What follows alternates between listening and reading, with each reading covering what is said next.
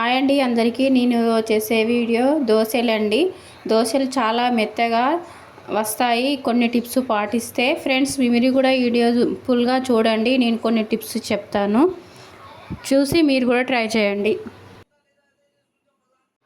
ఒక కప్పు మినపప్పుకి 2 కప్పులన్నర బియ్యం తీసుకోవాలి. బియ్యం 3-4 టైం బాగా వాష్ చేసి 8 అవర్స్ బియ్యాన్ని నానబెట్టాలి.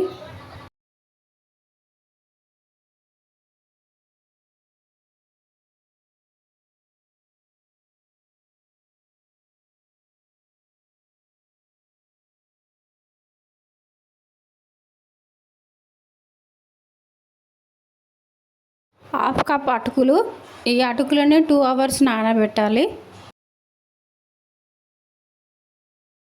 మిక్సీ జార్ తీసుకొని పిండి మెత్తగా కాటికలాగా పట్టుకోవాలి మొత్తం పిండిని.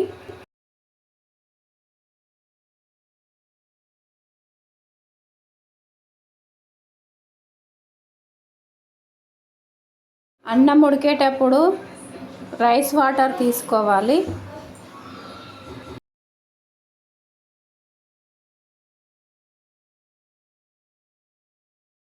రైస్ వాటర్ను యాడ్ చేయాలి పిండిలో.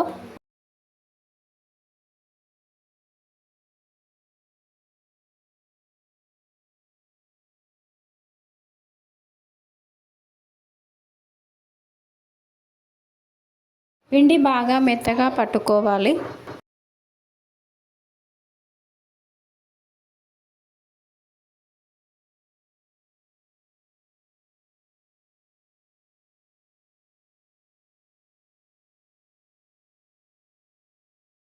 పిండిని ఒక 8 అవర్స్ పక్కన పెట్టేసుకోవాలి. 8 అవర్స్ తర్వాత పిండి చూస్తే ఇలా ఉంటుంది. ఇందులో 4 టేబుల్ స్పూన్ల బియ్యం పిండి యాడ్ చేయాలి. పిండి యాడ్ చేసి ఒక 10 మినిట్స్ పక్కన పెట్టేసుకోవాలి. 2 టేబుల్ స్పూన్ల సాల్ట్ యాడ్ చేయాలి.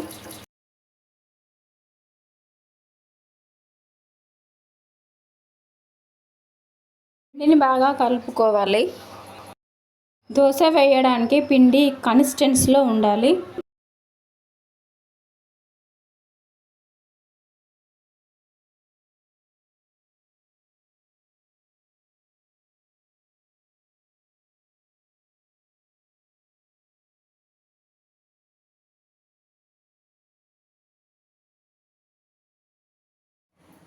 ఒక ప్యాన్ పెట్టుకొని 1 టేబుల్ స్పూన్ ఆయిల్ యాడ్ చేయాలి. 1 టేబుల్ స్పూన్ జీలకర్ర యాడ్ చేయాలి. జీలకర్ర బాగా ఫ్రై అయిన తర్వాత 2 మిరపకాయలు వేయాలి.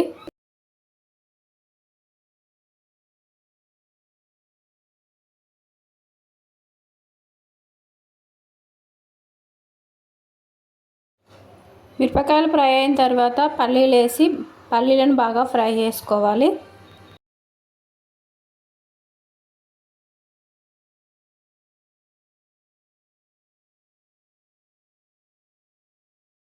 పల్లీలు బాగా ఫ్రై అయిపోయాయండి. 2 వెల్లుల్లి రెబ్బలు, కొంచెం చింతపండు వేయాలి. వేసి చట్నీ పట్టుకోవాలి.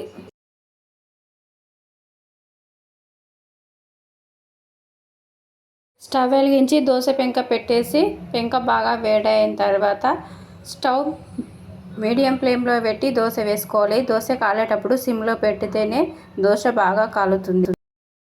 కొంచెం ఆయిల్ అప్లై చేయాలి.